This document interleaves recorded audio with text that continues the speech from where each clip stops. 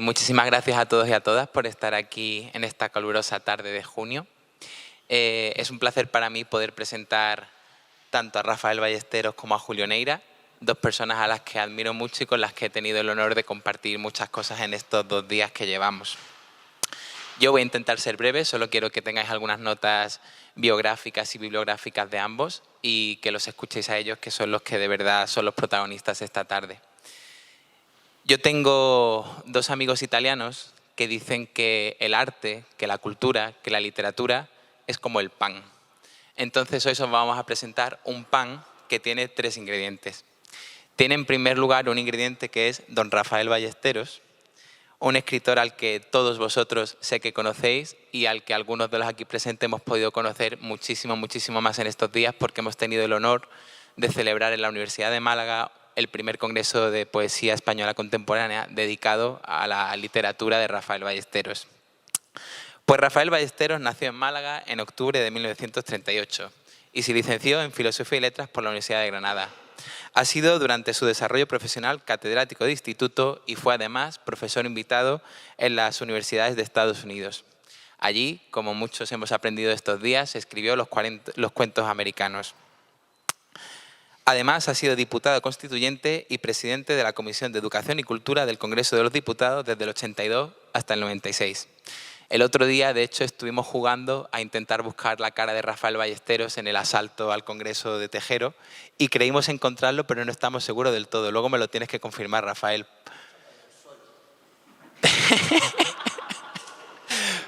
Pero en algún momento estarías de pie antes de los tiros, ¿no?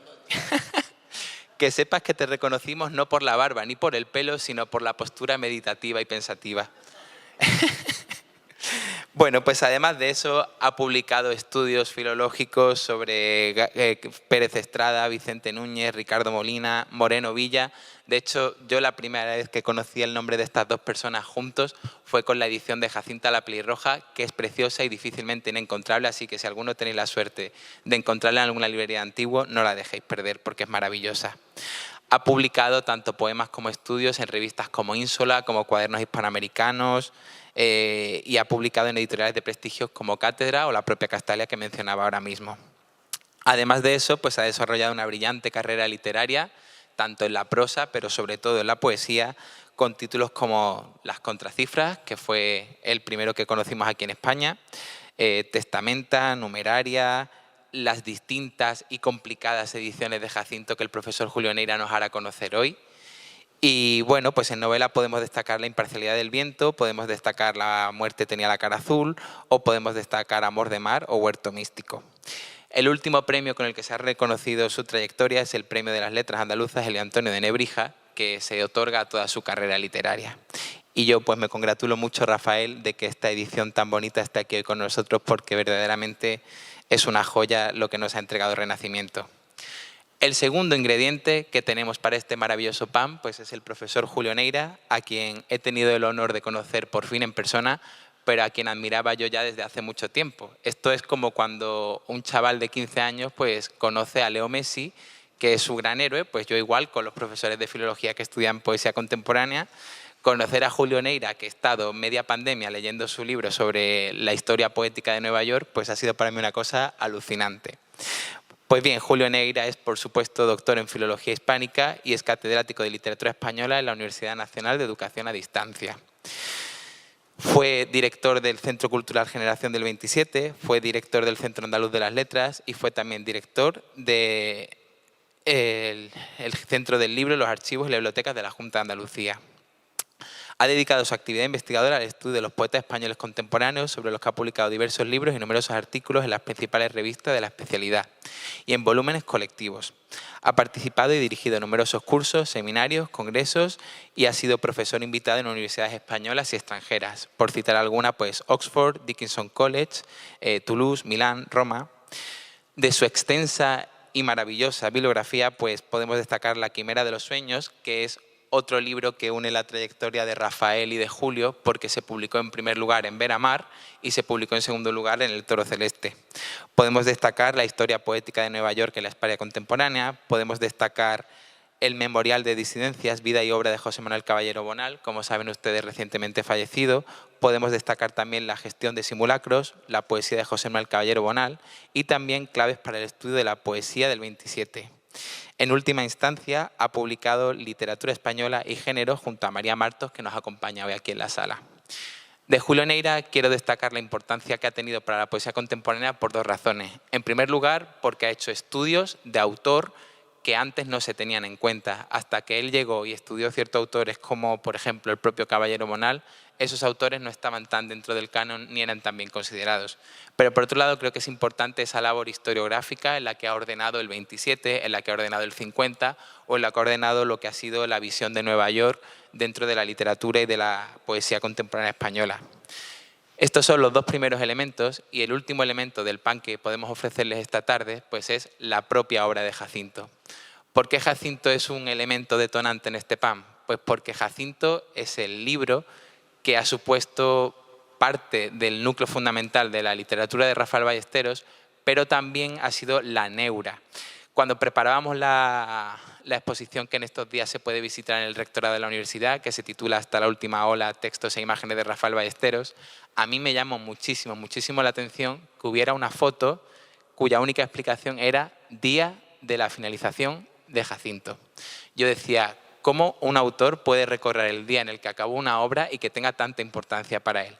Eso quiere decir que Jacinto ha sido importante. Y ha sido importante porque ha aparecido en 4 partes y porque ha aparecido en distintas versiones. Y ahora el autor promete que esta será la definitiva, pero por supuesto dudamos de que sea así, porque afortunadamente a Rafael todavía le quedan muchos años de escritura. Así que con estos 3 elementos les invito a probar este pan, a enriqueceros con él, a nutriros con él. Muchas gracias y bienvenidos.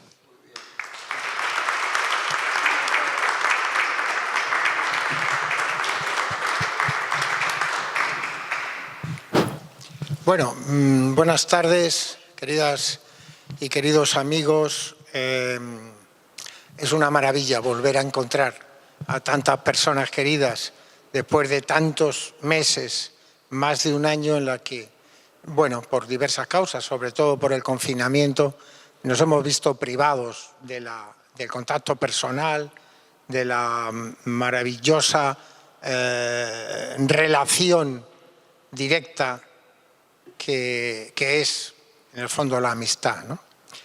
Muchas gracias, Pedro. La verdad es que nunca me habían hecho una presentación tan elogiosa. Me has dejado sorprendido y un poquito abrumado.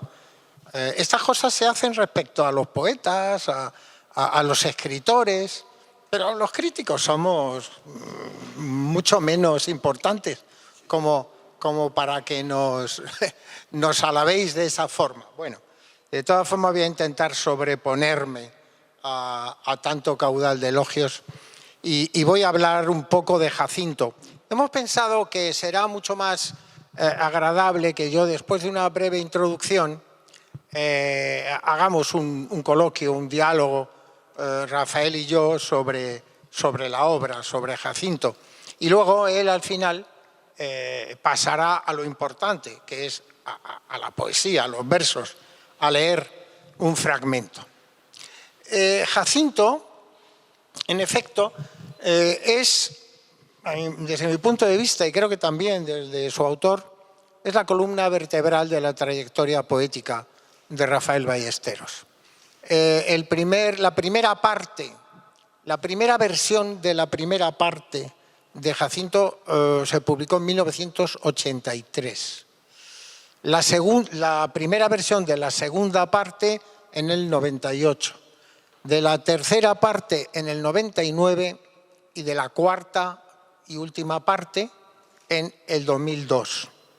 Por tanto, Jacinto va saliendo por entregas, parte a parte, y casi sin acabar de ver publicada esa cuarta y última parte, Rafael empieza a hacer la segunda versión. Pero ya una segunda versión global, completa, en la que la obra coja la encarnadura que realmente tiene como obra única, porque esas 4 partes forman una obra única, que es la que ahora se acaba de publicar, Renacimiento, y nosotros presentamos, gracias a la amabilidad del Museo Picasso, de Paloma Rayón, de José Lebrero, en este ámbito tan estupendo, ¿no? Bien, ¿qué es Jacinto? Bueno, digo, el primer verso de Jacinto, sabemos cuándo publicó el último, pero también cuándo escribió el primero.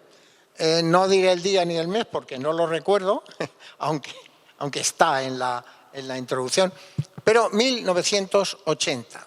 En 1980, les advierto que en cuanto a la fecha, Rafael y yo tenemos alguna discrepancia, pero en 1980 estamos de acuerdo en que empieza a escribir Jacinto. Han pasado 41 años. Y en esos años de escritura y publicación de la primera versión, en 4 partes, más luego los años en que ha estado haciendo la segunda y por tanto dando forma a un solo volumen, en todos estos años se ha mantenido el mismo ideario poético, también político, pero ahora nos referimos a la poesía, el mismo ideario poético, la misma estructura, el mismo lenguaje y la misma intención. Es decir, hay una continuidad en la trayectoria poética de Ballesteros extraordinariamente interesante. En medio, en todos estos años, ha escrito otras obras. Antes se refería Pedro a ellas, ¿no? En medio ha escrito La Cava, se han publicado, mejor dicho. La Cava, se ha publicado Numeraria, se ha publicado Testamenta y ha escrito Los dominios de la emoción, aunque se publicó un poquito después, también está escrita mientras se publicaban las diversas partes de Jacinto. Por tanto, hay una continuidad, hay una naturaleza íntima, absolutamente trascendental en lo que es la poesía de Ballesteros de esta obra que hoy presentamos, Jacinto. No tengo yo claro que sea la versión definitiva y última. Eso con Rafael nunca hay que afirmarlo, porque la otra noche ya me dijo, he empezado a hacer unas correcciones y cuando Rafael empieza a hacer unas correcciones, eso puede desembocar en otra obra, obviamente, ¿no? Bueno, ¿y qué es Jacinto? Jacinto, desde la primera parte, en el año 83, fue definido como un autosacramental. Lo definió el introductor de la primera parte, el prologuista, que fue Alfonso Guerra. Alfonso Guerra dijo que era un autosacramental y que su autor, Rafael, lo definía como laico, un autosacramental laico, que es una especie de oxímoron, de cosa rara. Yo siempre digo que no, que un autosacramental, que como ustedes recuerdan, es un género que surge en el siglo, últimos del siglo XVI, que surge como resultado de la contrarreforma del Concilio de Trento, que surge para potenciar los dogmas, la teología católica frente al protestantismo, que es, por tanto, profundamente religioso, no puede ser laico. Y menos cuando los protagonistas, los personajes que aparecen en él, son Dios, a quien se llama el mentor, la Virgen, que es la sabia, la María, el coro de ángeles, los arcángeles, el demonio, bajo el nombre de Satán Belcebú. Lo que ocurre, sería laico si los personajes fueran la solidaridad, la verdad, en fin. Lo que ocurre es que la gran jugada que hace Rafael, su gran transgresión, es que es un autosacramental profundamente antirreligioso. Eso sí, utiliza los esquemas del autosacramental, la textura, la estructura, los personajes del autosacramental para combatir esa ideología católica que en su origen nació para defender.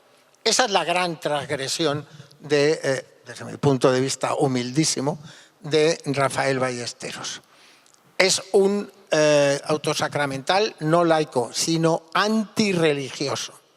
¿Por qué? Porque lo que hace Rafael Ballesteros a través de su alter ego, de su personaje Jacinto, no olvidemos que Rafael se llama Rafael Jacinto, pues lo que hace Jacinto es contrarrestar los argumentos religiosos, teológicos de la Virgen, de los ángeles, de los demonios, con argumentos humanos. Racionales, humanistas, es decir, hay toda una ética del humanismo que se enfrenta al dogmatismo, a la ideología absolutamente monolítica del cristianismo, del catolicismo, mejor dicho. Y esa es la gran tensión. Hay un personaje, Jacinto, que ha muerto y se somete a un juicio final en una escenografía que a mí me recuerda los cuadros de Giorgio de Chirico. Es un gran atrio desnudo de cualquier ornamentación, y ahí se produce el juicio final, donde tiene que decidirse si Jacinto se condena para toda la eternidad o se salva. Lo primero que hace Jacinto es cuestionar la moralidad de una sentencia definitiva, de una sentencia eterna. ¿Cómo es posible que se juzgue para toda la eternidad a las almas de los humanos? Y entonces van interviniendo una serie de personajes, los que ya he mencionado, además del profeta Zacarías, que es como ustedes recuerdan, es un personaje del Viejo Testamento y es profundamente viejo y antiguo, ¿no? Y entonces se repite y se repite, está preocupado primero por intentar demostrar que sus profecías se cumplieron, es decir, que era un buen profeta, y además está muy obsesionado con una escultura que le hizo un escultor. He buscado en Klaus Schluter, he buscado en internet, la escultura es el Pozo de Moisés en una iglesia, en una cartuja, me parece recordar, cercana a Dijon. Y son unos personajes, los profetas Jeremías, Zacarías, etc. El conjunto se llama el Pozo de Moisés y el personaje Zacarías es un... bueno, entonces él está muy obsesionado con que le han hecho esa escultura y al corporeizarlo le han minusvalorado, etc. Bueno, un personaje que está claramente obsoleto y que claramente está fuera de lugar, ¿no? Bien. Luego, las cuatro partes, las cuatro secciones del juicio se estructuran en torno a un personaje histórico que cuestiona, le pregunta, le hace cada uno una pregunta a Jacinto. Y en función de las respuestas que dé Jacinto, le condenarán o le salvarán. Claro, Jacinto lo que hace a lo largo de toda la obra es intentar retrasar el juicio, es intentar pone todo tipo de cuestiones, les hace entrar en contradicción a los que le tienen que juzgar, les marea todo lo que puede. Pero los cuatro sanedrines y el tema sobre el que preguntan tienen una gran importancia en la vida de Jacinto y, por supuesto, a través suyo en la vida de Rafael Ballesteros. De manera que el primero de ellos es don Rodrigo, personaje histórico muy mal conocido, sobre el que hay mucha leyenda, sobre el que se sabe poco. Y él, este personaje cuya identidad es tan nebulosa, le pregunta a Jacinto: ¿puede el hombre conocerse a sí mismo?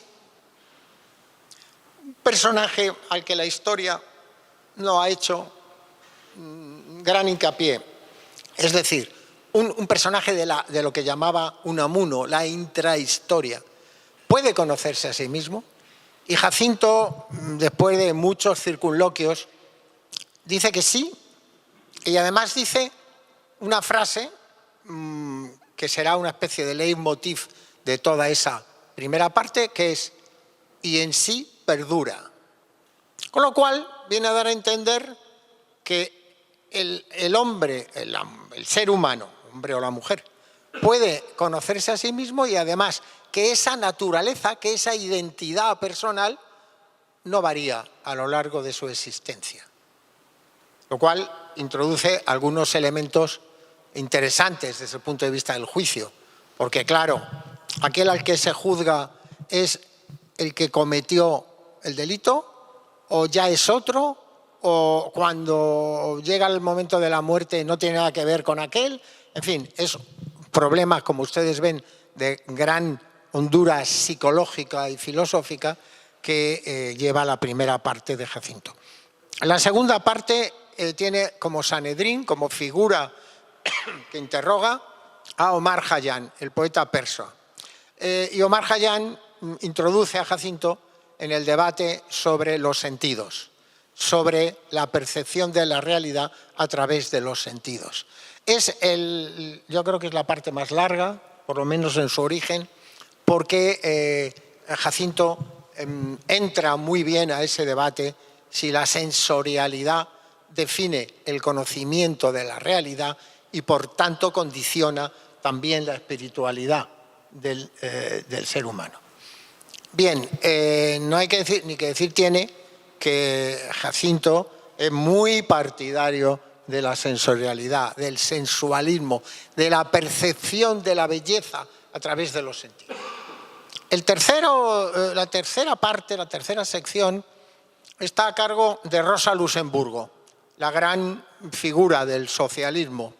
Y el debate que plantea es un debate que para el Ballesteros de los años 90 y de la actualidad tenía una extraordinaria vigencia. El debate que plantea es: en política, lo que se dice interiormente dentro del partido, el análisis de la realidad y de lo que hay que hacer, debe concordar con la práctica externa de cara a los ciudadanos. Es decir, la práctica interna del partido, la vida interna, orgánica, que llamamos, tiene que ser coherente con la versión externa de cara al conjunto de los ciudadanos, de manera que se enfrenta la ética de la verdad, el auténtico análisis político interno, la ética de la verdad, con la praxis de la mentira. Esa es un debate de la tergiversación de la verdad, que acaba siendo plantear las cosas de una manera edulcorada, sin, bueno, mentira en el fondo, ¿no? Vale, llamémosle como queramos. Y el cuarto Sanedrín y la cuarta parte es Fernando de Rojas, personaje absolutamente querido por Rafael, admirado. A mí un día me contó una anécdota maravillosa y me encanta contarla porque creo que refleja muy bien la personalidad de Rafael y su amor por Rojas. Un día me dijo: Julio, yo llegué a viajar a Talavera de la Reina a fijarme en las caras de la gente para imaginarme cómo sería Fernando de Rojas. Lo cual me parece fantástico. Bien, Rojas habla y debate con Jacinto sobre la importancia de la poesía en la vida, sobre el consuelo que puede producir la poesía en la existencia. Bueno, otro tema absolutamente clave para Rafael. De manera que en Jacinto están las preocupaciones y los anhelos, las vivencias más íntimas del Rafael Ballesteros persona, del Rafael Ballesteros político, del Rafael Ballesteros poeta. En ese sentido, creo que Jacinto es la mejor autodefinición que puede hacer alguien en poesía de su propia personalidad.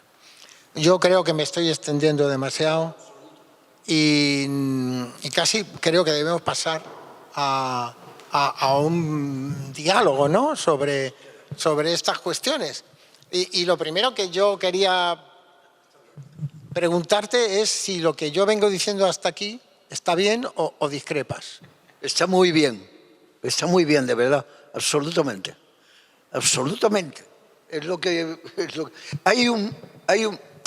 Claro, tú dices porque tienes que simplificar el libro son 4 tomos, claro, y es bastante complejo, ¿no? Y además como vuelve con cierta constancia sobre los mismos temas para añadir matices y contradicciones y tal, pues claro, siempre son matices que quizás sean en algún momento determinado esenciales para conocer el planteamiento, si no inicial, sí final de Jacinto con respecto a la pregunta, ¿no?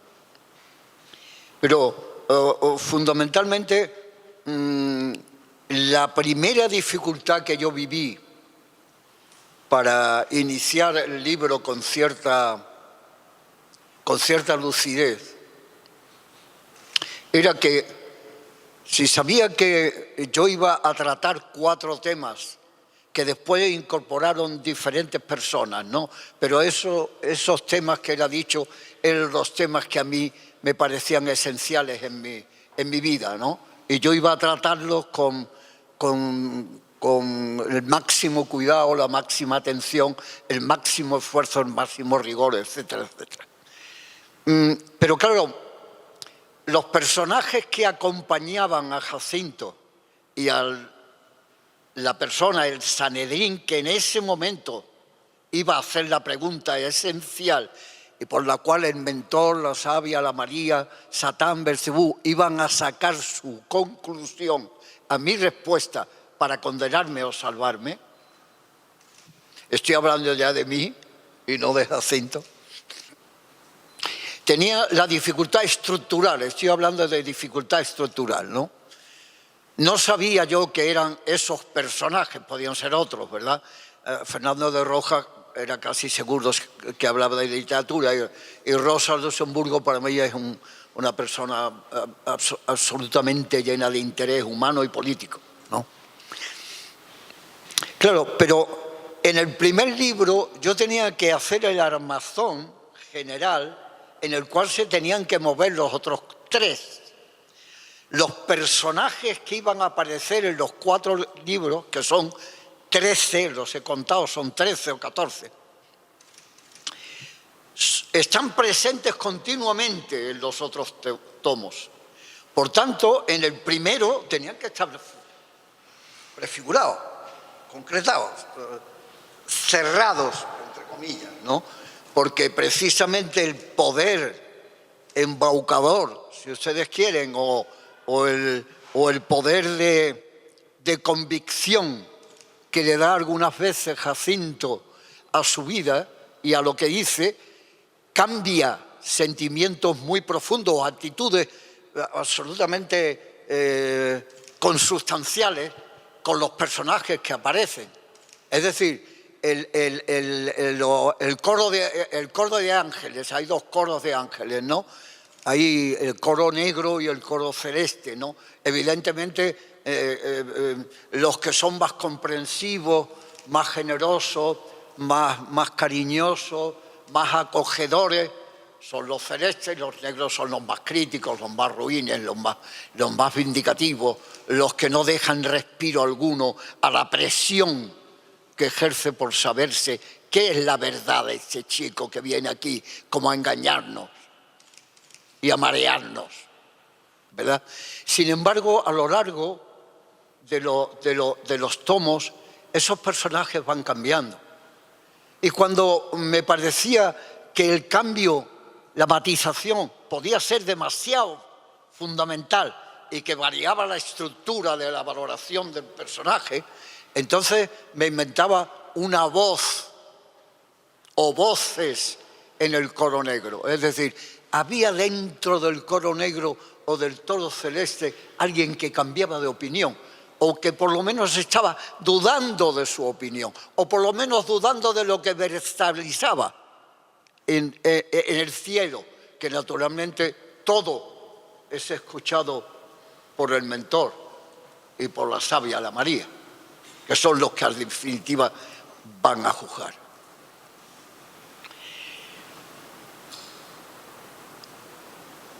Cuando tengo los personajes identificados, empiezo a tratar el libro, ¿no? Y claro, el primer problema del hombre responsable de sus actos y de su vida es preguntarse, ¿pero yo soy yo realmente? ¿Qué es lo adjunto a mí?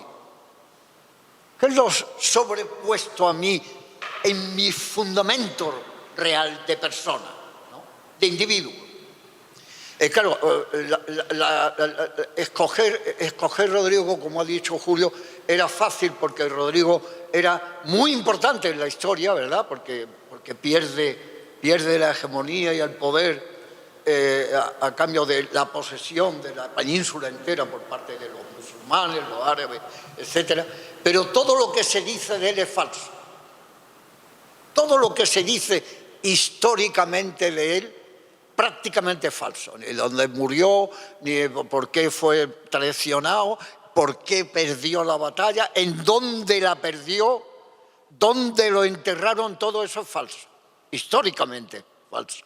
Y por tanto, Rodrigo es una persona que está implorando siempre su identidad.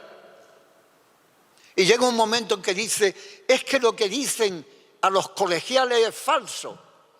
No dicen mi vida, no dicen lo que yo soy, que quiero ser yo, sino que dicen cosas que son falsas y que se han aposentado como la verdad.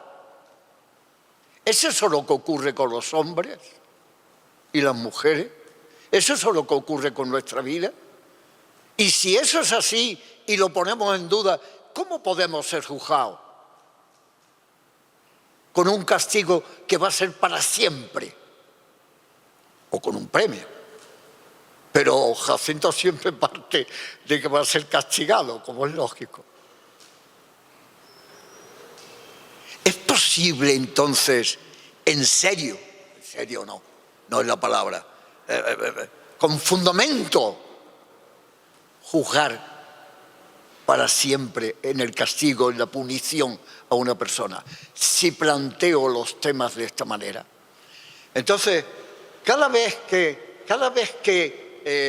los santos, la Virgen, Zacarías, están diciendo, el propio mentor algunas veces, ¿no? Que dice, aquí no juzgamos personalidades, aquí juzgamos hechos, y los hechos sí los sabemos nosotros. Tú no. El hombre no, nosotros sí. Hicimos el mundo, hicimos los hombres, hicimos las mujeres, hicimos los actos. Inmediatamente, naturalmente, Jacinto dice, y si ya sabías lo que íbamos a hacer, ¿cómo nos condenas también? Ese es el argumento inmediato, ¿no? Si ya lo sabemos, si os hicimos, pues entonces ¿cómo me haces malo ¿Cómo me haces indefenso? ¿Cómo me haces punible? Etcétera, etcétera. Esa es toda la batalla, con muchos matices, quizás con demasiado, ¿verdad? Pero con mucho, y lo que ha dicho después Omar Khayyam, etcétera, es repetición del mismo planteamiento. ¿Y cómo nos conocemos? Fundamentalmente, por los sentimientos, por los hechos, lo que nos gusta, lo que nos enamora, lo que nos vivifica, lo sensible, lo tangible. Es lo fundamental. Pues la valoración de lo tangible, de lo sensible. Son las valoraciones que para un filósofo del XV es absolutamente diferente a la valoración del XVIII. Un pensador piensa una cosa y otra, Sócrates dijo, pero Platón dijo lo contrario. Entonces, ¿qué es el fundamento de la percepción del mundo? ¿Lo que pensamos? ¿Lo que sentimos? ¿O lo que tocamos? Comemos, vivimos, gozamos. Ese es el argumento segundo, ¿no? El procedimiento de Jacinto es el mismo. Es decir, el procedimiento es tergiversar, llegar cuando se llega a una conclusión que tiene algún matiz, preguntar por el matiz. Cuando dicen, es que esto es la verdad, inmediatamente dice, ¿y qué es la verdad? ¿Es que hay verdades redondas, totales, absolutas? ¿Es que la verdad es lo mismo para el hombre griego que para el hombre del 18 francés? Siempre está en esta tesitura. No, los ejemplos que pongo, como por ejemplo los filósofos, no existen casi nunca. Son siempre apreciaciones generales, porque él sabe que situar en el tiempo una cosa, el dominio del tiempo está en los cielos, ¿no? Y no en la tierra, ¿no? Y él, por tanto, esa es una debilidad para él. Y él lo que está buscando son fortalezas para defenderse, ¿no? Para defenderse de algo tan vital como ser condenado, salvado, ¿no? Bien. Entonces, la tercera pregunta, la tercera cuestión fundamental es Rosa Luxemburgo. Hay un encuentro que parece que fue, y que lo digo, conseguí estar en el mismo bosque en que parece que estuvo escondido Lenin en Finlandia, y donde tuvo una experiencia personal que él califica de fundamental en su vida, que es la soledad y la posibilidad de pensar en las cosas que estaba dispuesto a hacer después, ¿no? A qué lo iban a conducir y qué sentido tenían. Y todo eso en parte por una conversación y unas cartas que tiene con la propia Rosa Luxemburgo. Y la propia Rosa Luxemburgo le está diciendo, revolución sí, siempre la revolución. Revolución sí, sí, sangre no, no. Esa discusión fundamental, que es la discusión fundamental entre Rosa Luxemburgo o Trotsky y Lenin, ¿no? La revolución debe ser violenta, es una revolución que puede ser democráticamente aceptada y vinculada a la sociedad, donde poco a poco se va haciendo una revolución más lenta, pero sin sangre, ¿no? Y sin dolor y sin abusos. Es en esa discusión, y claro, la discusión de esa persona como Rosa, que muere como muere, ¿no? Que la matan de la manera más tremenda que es posible matar a una persona, ¿no? Primero le dicen vieja cuando la detienen y la llevan a un hotel. Ella está leyendo a Fausto de Goethe cuando la detienen en la casa de una amiga que la tenía escondida y tenía lo cuenta ella, tenía el guante sobre el que posaba el libro puesto. Y cuando lo detuvieron, hizo con la mano así, se puso el otro guante para salir con cierta elegancia y dignidad. Una mujer que estaba marcada porque era coja, renca, como dice él, y dice Jacinto de vez en cuando, ¡ay, la renca polaca! Bien, esta mujer le dicen, cuando la llevan presa a un hotel y la juzga, entre comillas, un teniente que dice el nombre, ya sabe que le van a matar y quién lo va a matar, además, inmediatamente, después de las preguntas, empiezan por decirle coja, prostituta, vieja, fea, endemoniada, en fin, la desvirtúa. Ella contesta siempre con una tremenda dignidad. Con una tremenda dignidad. Y cuando sale y lo llevan con un soldado, con dos soldados, que llevan ya el mosquetón en la mano, ella sabe que le van a pegar con el mosquetón y la van a matar. El soldado que le pega con el mosquetón se llama Runge, que bastante, el nombre es bastante significativo, ya verdad cómo suena, Runge.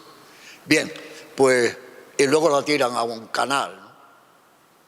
Y luego ya la venden a unos compañeros que quieren buscarla, incluso le venden el propio cadáver. Bien, ella sabe cuál es su final. Sabe, lo dice de antemano, ha estado mucho tiempo en la cárcel, sabe perfectamente cómo va a terminar. Voy a morir o en una cárcel o en la calle, dice ella, ¿no? Bien, y se pregunta fundamentalmente, ¿cuál es mi verdad política? Es un ser político y toda mi actividad es fundamentalmente una acción política. Pero no encuentro diferencias fundamentales cuando me pongo a hablarle a la gente para ilusionarlos, para emocionarlos, para vincularlos al partido y a la acción, que lo que digo después, con los datos fehacientes de organización, de correlación de fuerzas, de ideario, con mis compañeros en el secreto de un comité. ¿Es posible hacer la revolución desde la mentira? Desde la sangre no, ya lo sé, pero también desde la mentira es posible hacer la revolución. Esta es la pregunta, ¿no? Fundamentalmente, claro, naturalmente la versión que intentan, no digo manipular, pero exteriorizar los ángeles, Zacarías y tales, esta mujer preguntándose por todo, pero al final no hace nada. ¿Qué revolución eso? ¿Qué cambió? Es tremendo, ¿verdad? Saben la historia, la conocen y pueden juzgar desde ese pedestal, ¿no? Y siempre Jacinto lo que quiere es encarnarla, hacer una vida de inquietud y de verdad humana, de densidad humana, ¿no? Bien, y por último Fernando de Rojas. Fernando de Rojas es mi escritor preferido desde hace muchísimos años, al que leo continuamente, del que intento aprender continuamente, que escribió, como saben ustedes, fundamentalmente teatro y que aquí pasa por poeta. Y que ese es el primer cambio que le hago, ¿no? Es decir, los verdaderos escritores magníficos de prosa aman la palabra, el ritmo, la música, la densidad de esa unión de la misma manera que los grandísimos prosistas. Ese es el argumento primero que yo quiero poner en el cuarto Jacinto, cuando Rojas es fundamentalmente y hace poesía. Yo he contestado demasiado. No, ya has contestado a todo ya de golpe y estupendo. No, pero hay una cosa, una curiosidad, porque debemos entrar ya en la A las lectura. 7:20 teníamos que terminar, hemos prometido terminar, ¿verdad? No, pero hay una cosa, de- Intendencia, pero hay una cosa que sí quiero que, si te viene bien, que me contestes. En ese friso de grandes figuras no está Jesucristo, está Dios, el mentor, que acaba siendo una persona, quiero decir, un ente mayor que pierde un poco, un anciano que pierde un poco el sentido de la realidad en ocasiones, pero sobre todo está la Virgen,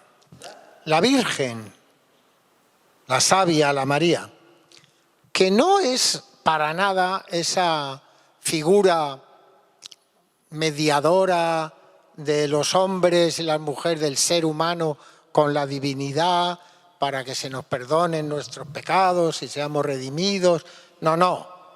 La Virgen en Jacinto, la sabia, la María, como se llama, es un personaje absolutamente inclemente, duro, que es el principal sostén, quien sustenta el poder del mentor, de Dios. Es que esa es la clave.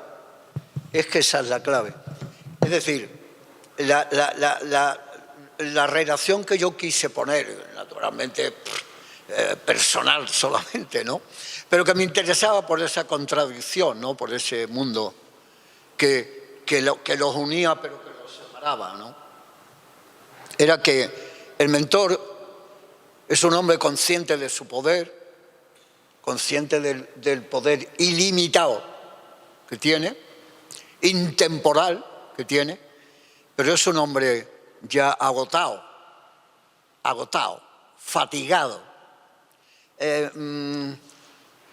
que empobrece algunos de sus argumentos con datos mezquinos, ¿no? que pueden hacer los que sean ancianos, ¿verdad? Y la Virgen está fundamentalmente preocupada por sostener, como ha dicho Javier, ese poder. Que no haya un desliz fatal en el planteamiento global del mentor sobre su poder inmenso. Que no haya debilidades. Y cuando hay alguna debilidad, alguna inconsistencia, inmediatamente la dureza es total. Pero en algunos momentos también se da cuenta que si contradice en todo a Jacinto, en algún momento puede despertar la compasión, el amor, la atención de otros personajes, incluso del mentor, que puede decir, este chico joven parece inteligente, parece listo, hombre, tan malo no es. Eso es un peligro. Ese es el planteamiento. Bueno, y para acabar, ¿cuál es el germen, el núcleo original de Jacinto? ¿El núcleo final? No, original, inicial. ¿Cómo surge Jacinto?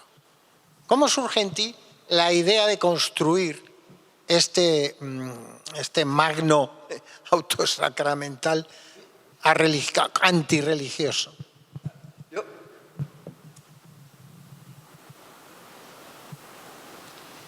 Si lo pienso, no sé qué decir realmente, porque no tengo claro cómo fui yo perfilando la obra. Lo que sí quería desde el principio, es decir, claro, esto se inicia el 10 de enero de 1980, es decir, acaba el 79, ¿verdad? 79 está. En el 79 estoy yo dándole vueltas a eso, ¿no? 78, 79. Y le digo a ustedes qué ocurre en el año 75, ¿verdad?, en España. ¿Qué ocurre en el año 77? Que hay las primeras elecciones legislativas, la primera votación de la Constitución del 78, las elecciones municipales en el 79, y yo en la ejecutiva federal del partido desde el 76 hasta el 79, con un trabajo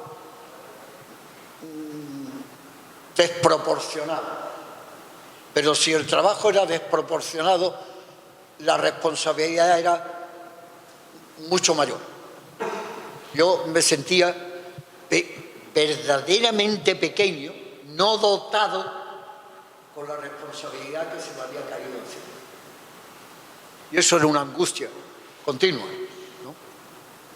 Yo acababa prácticamente de entrar en el partido, el año 72.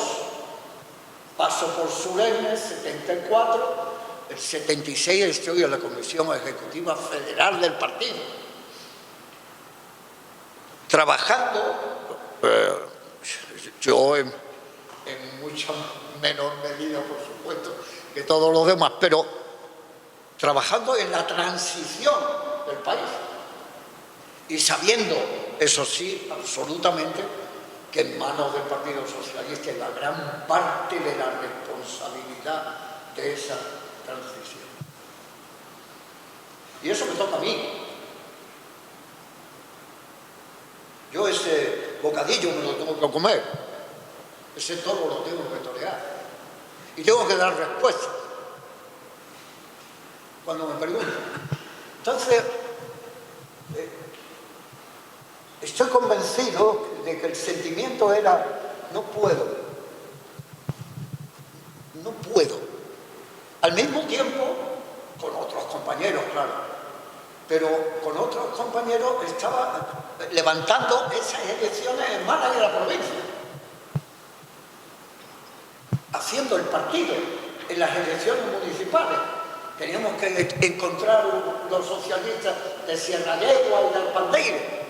100 pueblos en el 79, después de las elecciones del 78 y después de las elecciones del 77. Es decir, y yo, sin escribir, el último libro que había publicado era del 72, Turpa, era como un hombre en el trabajo que hacía, inseguro, que no podía adelantar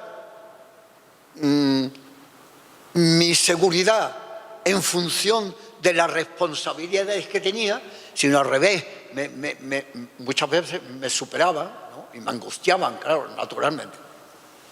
En un momento en que además, y termino con esa visión apocalíptica casi, ¿verdad?, el momento en que naturalmente, digo naturalmente, ETA mataba más que a nadie, nunca. Cuando se iniciaba la democracia, desde el 77 estábamos el Partido Socialista y el Partido Comunista en la izquierda haciendo la transición con la otra fuerza, entregado y haciendo a mí me parece una extraordinaria labor. ETA de 18 muertos pasó a 80 y tantos. Había que matar para impedir. Porque con Franco se vivía mejor para ETA. Eso es así, históricamente. Toda esa batalla me fragilizaba, cuando naturalmente yo quería certeza, seguridad y fuerza. Si no lo encontraba en la poesía, ¿dónde lo iba a encontrar? ¿Se dan cuenta ustedes el mecanismo, verdad? Entonces, la idea es, hay que hacer algo grande. Hay que hacer algo importante. No es un libro, no es un libro, es algo más. Es algo como un resumen del mundo. Naturalmente exagerando, ¿verdad? Pero como algo de extraordinaria densidad para si acertaba, si iba dándome, si iba encontrándome, fortalecerme, sentirme compensado, por lo menos, ante esa fragilidad. Esa creo que fue esencialmente la batalla que yo intenté con Jacinto. Que yo sabía que eran 4 tomos, desde luego que no. Que había una versión y la segunda parte, que existían esos personajes, sí. Pero que yo tenía que hacer frente a los problemas fundamentales del hombre, del humano, y hacerlo con la máxima aspiración, con la máxima intensidad. Y con el máximo trabajo para que me sintiera compensado ante la fragilidad humana que sufría el otro. Fragilidad humana ante la que había que plantear las cosas sintiéndose frágil, pero mostrándose extraordinariamente seguro y firme. Es un problema terrible, terrible, día a día. Día y día, un año, otro año. No digo años, así. Es decir, eso naturalmente fragiliza y empobrece la seguridad de uno en sí mismo. Yo tenía que compensar eso como sea para resistir como persona, para resistir como persona, para poder vivir, para poder amar, para poder gustar de la vida, para poder... Tenía que encontrar ese nivel. Y eso creo que fue la labor fundamental. Hay que leer. Yo creo que debes leer, pero una postilla, con fragilidad, pero sin debilidad. ¿Verdad es? Bueno, les voy a leer a ustedes. Ya se pueden ustedes imaginar cuando yo he intentado encontrar un texto para leerles a ustedes, en un texto como este de 600 y pico páginas, ¿verdad? ¿Qué puedo leer? Un trozo, sí, un trozo que me guste, pero si es un trozo que me guste coherente, es difícil encontrarlo todo seguido porque hay continuamente un diálogo en la obra, continuamente. Un intercambio de criterios y de batallas intelectuales, ¿no? Entonces he intentado que aparecieran por lo menos en esta lectura por lo menos 3, 4 personajes, ¿no? Empiezo.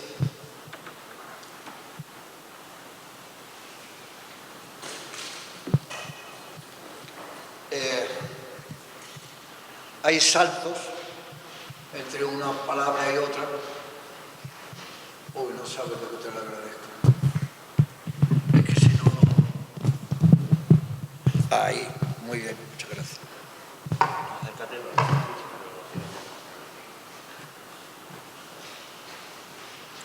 Empieza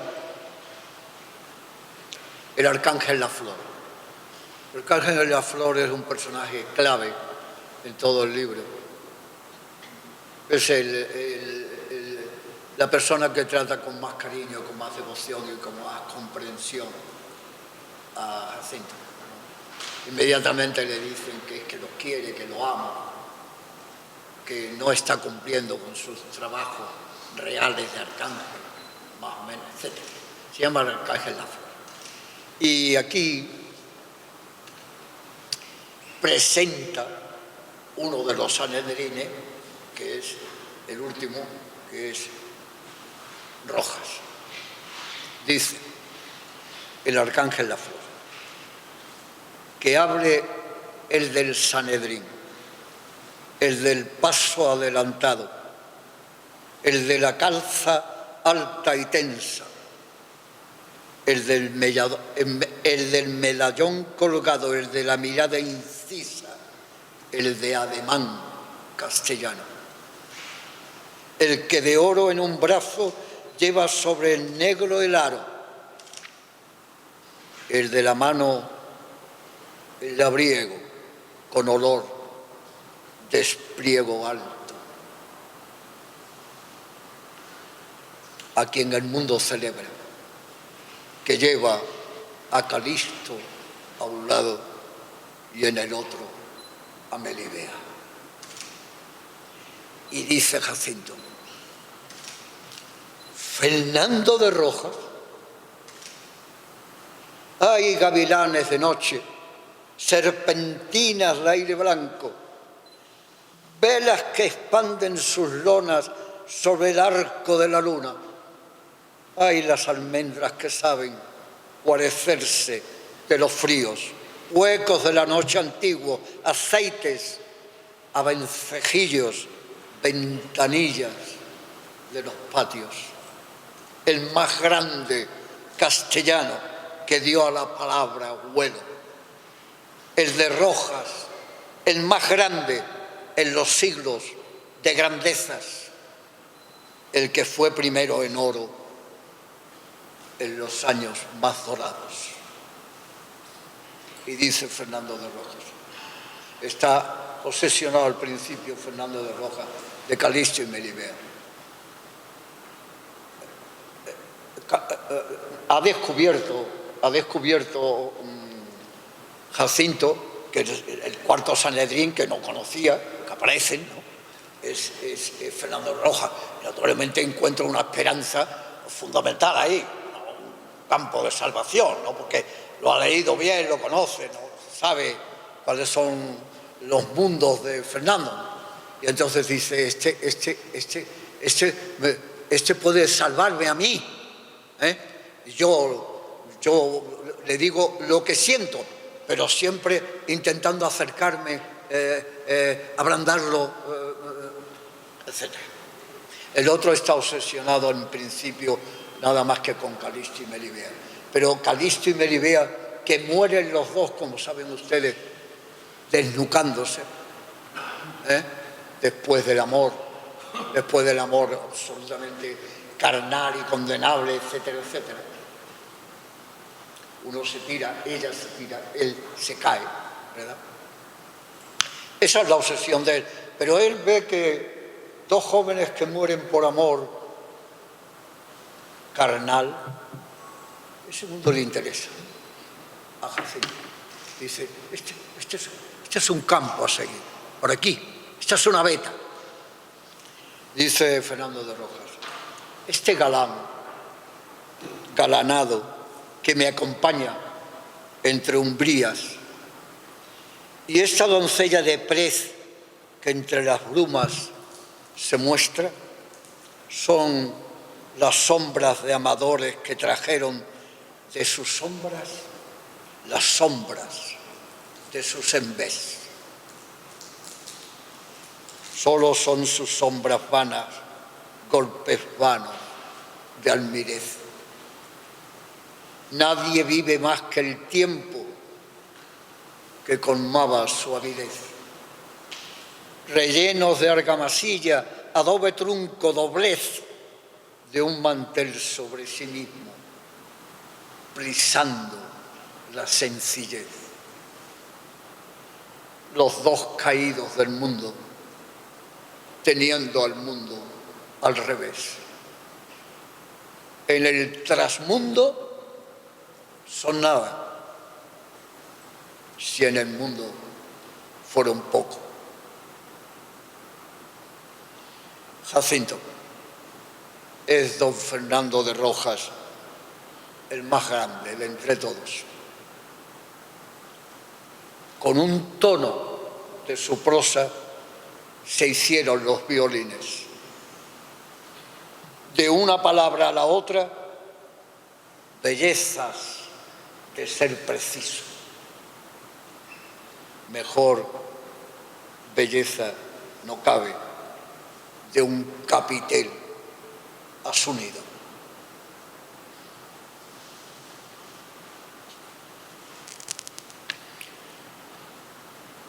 dice Fernando de Rojas. Si en el mundo fueron poco, en el trasmundo son nada.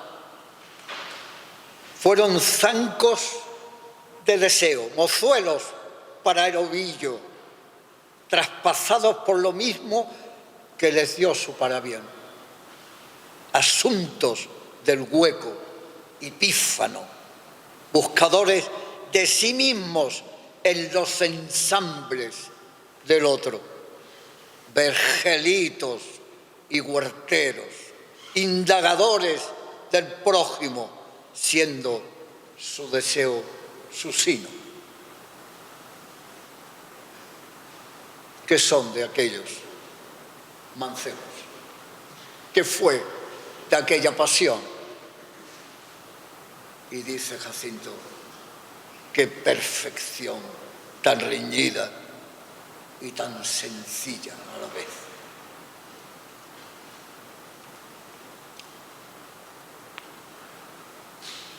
Interviene como ve que en las páginas que me salto la relación se está poniendo difícil, ¿no?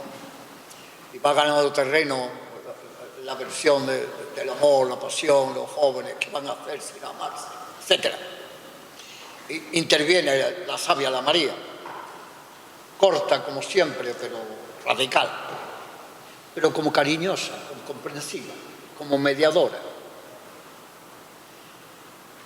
Hacerlo, empieza por decir, hacerlo florido y hueco es asunto de poetas.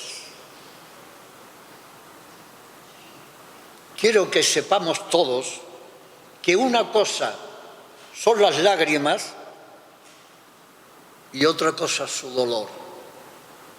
Que una cosa son las redes y otra el pez embullidor.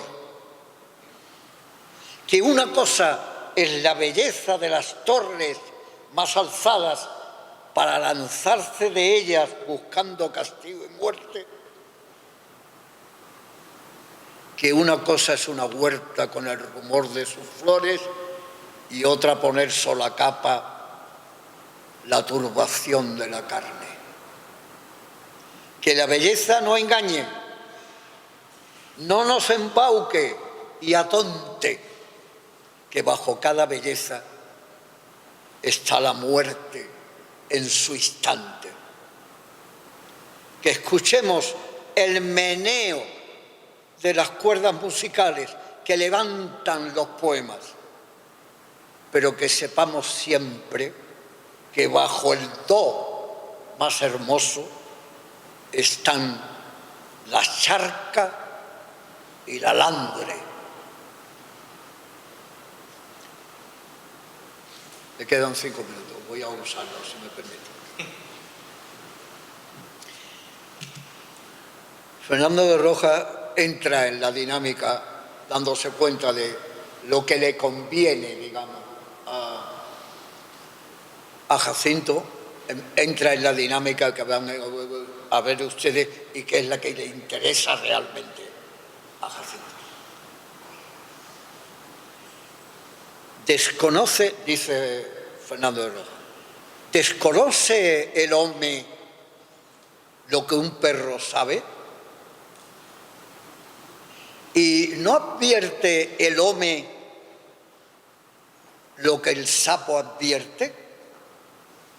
¿Sabe más la sierpe, el ciervo, los búhos, la leona, el tigre, el oso, la puerca?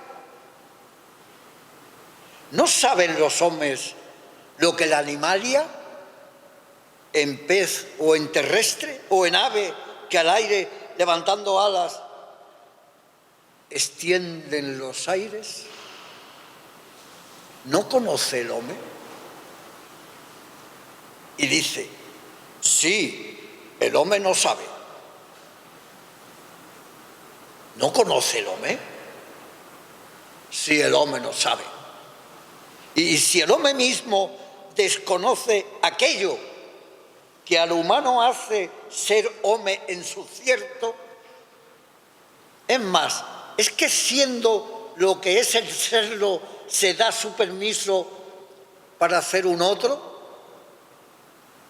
¿Cambia? ¿Muda? ¿Changa? ¿Multa? ¿Canja? ¿Trueca? Y aquello que es suyo, como marca el fuego, lo borra, lo tinta, lo ennegra, lo tacha. Y al ser él y otro, al ser uno y dos, y aquel siendo este, no tiene su ser. ¿Cuál el hombre es? ¿Aquel, este o ese? Y cuando aquel viene no es este por cerca, y ese es aquel por ser conocido, y este no es ese por ser tan distinto. ¿Cuál el hombre es?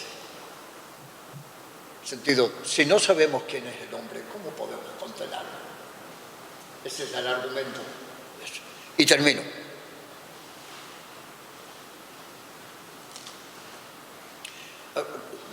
Dos textos muy pequeños. Dice el coro de los ángeles. ¿Cuándo? Porque Fernando de Rojas está hablando continuamente.